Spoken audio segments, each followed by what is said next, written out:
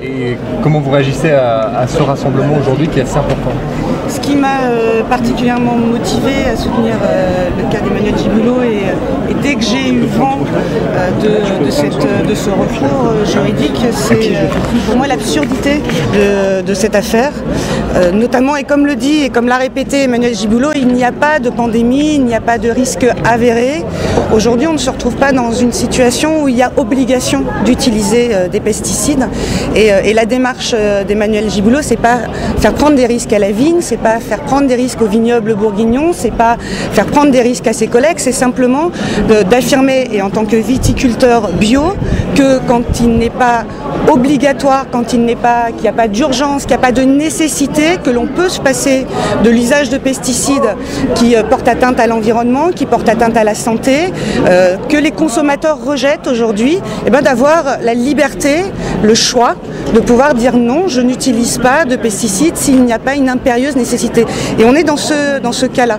Et je pensais important de l'Union européenne, puisque c'est une vraie bataille que nous avons aussi au sein de l'Union européenne. Nous avons réussi à obtenir, après 10 ans de bataille, la suspension de 4 pesticides dont la mortalité sur les abeilles a été avérée. Il y a tout un travail qui a été fait, notamment dans le cadre du plan Ecophyto, pour réduire nos pesticides. La France est le premier producteur européen de pesticides. Tout ça s'inscrit dans une démarche et je trouvais que ce cas était particulièrement injuste. On en parlait avec son avocat, il y a des situations qui sont illégales mais qui sont injustes et il me paraissait important de soutenir Emmanuel Giboulot et d'interpeller ce que j'ai fait donc dès novembre 2013, le ministre de l'Agriculture et le ministre de l'Environnement pour les alerter sur ce dossier parce que est-ce qu'il y a un excès de zèle? Est-ce qu'on cherche à faire un exemple avec le cas d'Emmanuel Giboulot? Moi, ça m'interroge particulièrement. Et s'il y a un exemple, et si on doit retenir de cette affaire un comportement exemplaire, c'est celui de refuser d'épandre des pesticides quand il n'y a pas de nécessité. Vous êtes ici aujourd'hui pour un délit que vous reconnaissez ou que vous niez totalement? Alors, je reconnais évidemment ma position de ne pas avoir traité, et moi je ne considère pas que c'est un délit. Je n'ai pas fait preuve d'actes qui doivent être répréhensibles par la loi, étant donné que ma situation correspondait à la non-présence de la flavescence dorée sur notre département au moment où l'arrêté préfectoral a été mis en place. Donc la lutte collective, j'y adhère à 100%, mais pas quand il s'agit de traiter quand ce n'est pas nécessaire. C'est quoi? C'est du préventif avant du préventif? C'est ce que vous dénoncez? Oui, c'est une mesure de prévention qui s'appuie sur le fait que la population de cicadelles était relativement importante en Côte d'Or, mais en aucun cas les cicadelles ne posent problème en règle générale. Et de l'aveu même des techniciens, un traitement ne permet pas d'éradiquer une population de cicadelles. Donc on a fait une demi-mesure dans une situation où la maladie n'était pas à transmettre. Donc je reprends souvent cette image de dire c'est comme si on faisait une chimiothérapie à quelqu'un qui pourrait avoir un cancer un jour.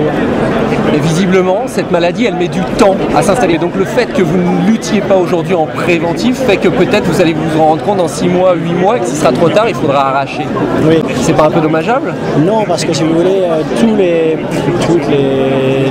techniciens ou les gens qui encadrent la maladie s'appuient sur le fait, pour contrôler cette maladie, que l'on doit, dans un premier temps, faire la prospection, c'est-à-dire identifier les pieds qui expriment la flavescence, dans un deuxième temps les arracher, et seulement autour de ces zones, opérer un traitement insecticide. Voilà, donc on n'était pas du tout dans ce genre de situation. Alors bien sûr qu'on peut tout justifier, et là c'est effectivement deux approches radicalement différentes de l'agriculture, où on continue d'aller vers un schéma assez simpliste qui consiste à utiliser des pesticides même quand on n'en a pas besoin, ou alors on a une situation plus adaptée, où on s'appuie sur une réalité, sur des comptages, sur des choses qui sont quantifiables pour prendre une position ciblée. Mais selon vos opposants, des pieds contaminés avaient été relevés dans votre secteur, à Volnay, à Pommard notamment, qui sont très proches de chez vous, et par conséquent, il y avait un vrai risque. Est-ce que vous l'entendez, ce risque? Non, quand l'arrêté préfectoral est sorti, en juin 2013, aucun pied flavescent n'avait été repéré. Donc effectivement, en septembre, il était mis en évidence 3 échantillons qui sont revenus positifs, qui correspondent potentiellement maximum à 15 pieds sur 4 communes, qui sont avérés flavescents. Donc on n'est pas dans une situation de pandémie. Est-ce qu'on doit traiter par exemple tous les vignobles de Champagne, d'Alsace, de Loire, du Jura, au prétexte qu'ils n'ont pas encore la maladie mais qu'ils pourraient l'avoir? Voilà, la question est posée. Ce sera à la justice de trancher sur cette référence à la notion d'urgence. Ce qui vous dérange, vous, c'est quoi? C'est que ça va à l'encontre de votre logique, idéologie, presque de biodynamie en l'occurrence? Non, parce que le bio, il y a un organisme bio, pro-bio, qui a dit qu'aujourd'hui, il n'y a pas d'autre solution contre cette maladie et qui est même plutôt favorable d'une certaine manière, qui fait contre mauvaise fortune bon cœur. Oui, mais quand il y a présence de maladie, je le répète.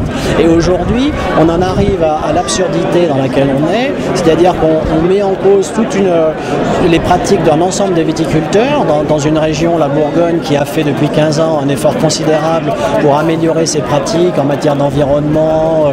Il y a très peu de désherbants utilisés, par exemple, les contours sont enherbés, il y a beaucoup de choses qui sont faites, donc il y a une conscience individuelle de chaque viticulteur qui a énormément progressé. Et quand tombe un arrêté, donc une règle qui ne laisse plus le dialogue et plus la part de la responsabilité d'agir en conscience et en connaissance. Donc ça casse le travail de 15 ans. Vous dénoncez le système de précaution? Le système de précaution pris du caractère le plus absurde qui soit. C'est-à-dire qu'on ne laisse pas la marge de manœuvre, mais si le plan, pour qu'il soit efficace, il doit être pris par tout le monde, il doit être suivi par tout le monde. Mais moi, je le suivrai quand j'ai la flavescence à côté de chez moi, bien sûr. En attendant, pas de pesticides? Non, en attendant, je fais la prospection avec mes collègues, je passe dans les vignes, j'arrache les pieds, même s'ils ne sont pas repérés flavescents, les pieds qui expriment des symptômes. Je me conforme à cette lutte. Et quand vous en apercevez, ce ne sera pas trop tard déjà? Mais non, parce que ce qui sort, c'est justement le problème, c'est qu'en Saône-et-Loire, le foyer qui s'est développé n'avait pas été repéré. Donc, quand il a été repéré, il s'était multiplié sur plusieurs années. Et là, effectivement, il y avait un caractère d'urgence. Mais à partir du moment où on passe régulièrement dans le vignoble, c'est que chaque année, pour repérer les symptômes et arracher les pieds, on sait que c'est la meilleure façon pour contenir la maladie. Et tous les vignobles qui sont confrontés à cette maladie ont cette approche. Et dès lors que cette approche de prospection n'est plus faite, même avec les traitements insecticides, la maladie se redéveloppe. Pesticides, pour vous, c'est quoi? C'est poison? Le pesticide, c'est un produit qui peut avoir une conséquence sur l'environnement, sur les viticulteurs, qui sont les premières victimes, et sur les consommateurs. Donc les consommateurs sont aussi nos clients, c'est ceux qui nous font vivre, et on se doit d'avoir de connaître, de prendre en compte cette dimension, évidemment. Merci beaucoup. Merci à vous. J'ai été contrôlé et que j'ai évidemment pas pu justifier de ce traitement, et que je ne voulais pas justifier d'ailleurs. Donc aujourd'hui, si la mobilisation elle s'est fait aussi forte, c'est que je pense qu'effectivement c'est un sujet qui touche tout le monde dans la société civile au sens large. Et c'est aussi un sujet qui fait énormément débat dans la profession viticole aujourd'hui. Ce qui se passe aujourd'hui, qui met en avant, qui met en évidence cette problématique, doit être abordé d'une façon sereine et non pas partisane. Pour moi, il n'y a pas les bons et les mauvais viticulteurs. Il n'y a pas les bons et les mauvais viticulteurs. Il y a un système dans lequel on est et qui quelquefois peut nous conduire à avoir des pratiques qui sont incohérentes par rapport à une situation de terrain. On est dans nos vignes, donc on sait de quoi on parle. On sait que les parcelles, elles sont au quotidien passées par nos équipes, par nous. Et si on prend des décisions, c'est en conscience et en connaissance. Et dès lors qu'un arrêté préfectoral oblige à un traitement, il casse complètement la capacité de chacun à prendre ses responsabilités et à être engagé. Et ça, je trouve ça très dommageable, même si je sais que dans le cadre de la lutte pour contre cette maladie, on doit mener des actions collectives et on peut avoir recours à des traitements à certains moments. En ce qui concerne notre situation en 2013 en Côte d'Or, ça me semblait être une situation qui était incohérente puisque aucun pied de flavescence n'était répertorié dans notre département.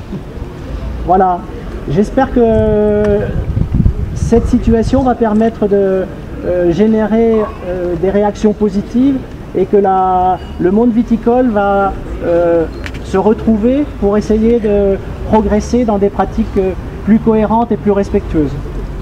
Voilà, merci de votre attention.